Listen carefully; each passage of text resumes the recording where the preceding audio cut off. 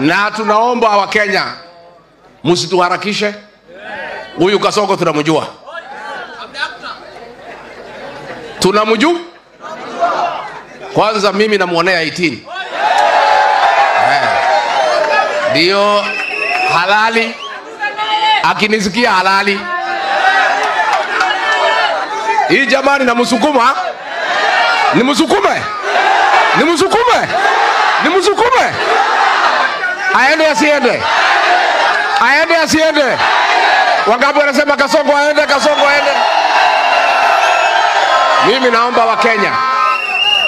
naomba wa Kenya mutulie. Mtupatie nafasi, msituharakishe kutangaza flag bearer. Asiwekewe mawe kwa barabara. Si ndio?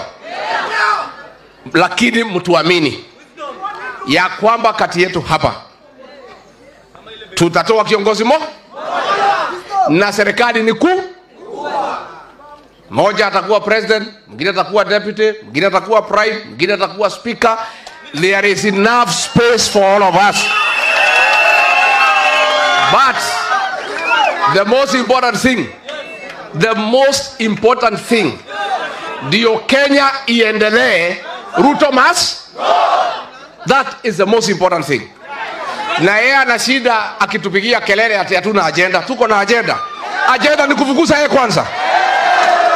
Kwa sababu Ruto ndio tutengeneze uchumi. Ruto lazima afanye nini? Ndio turekebishe maneno ya matibabu. Lazima Ruto afanye nini? Ndio tuokoe dignity ya payslip. Lazima afanye nini? Ndio tumalize mambo ya mauaji ya watoto. Lazima afanye nini? Kwa hivyo ndio Kenya irudi laini. Ndio turekebishe uchumi. Turekebishe mambo ya matibabu.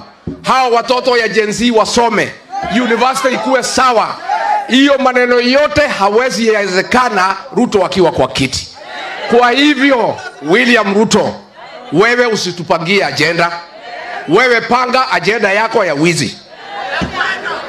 Panga agenda yako ya kuua vijana.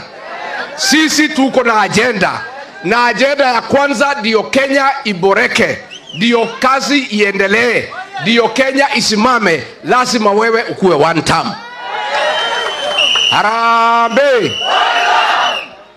Watu wetu wa Ukambani. Politics is a game of mathematics.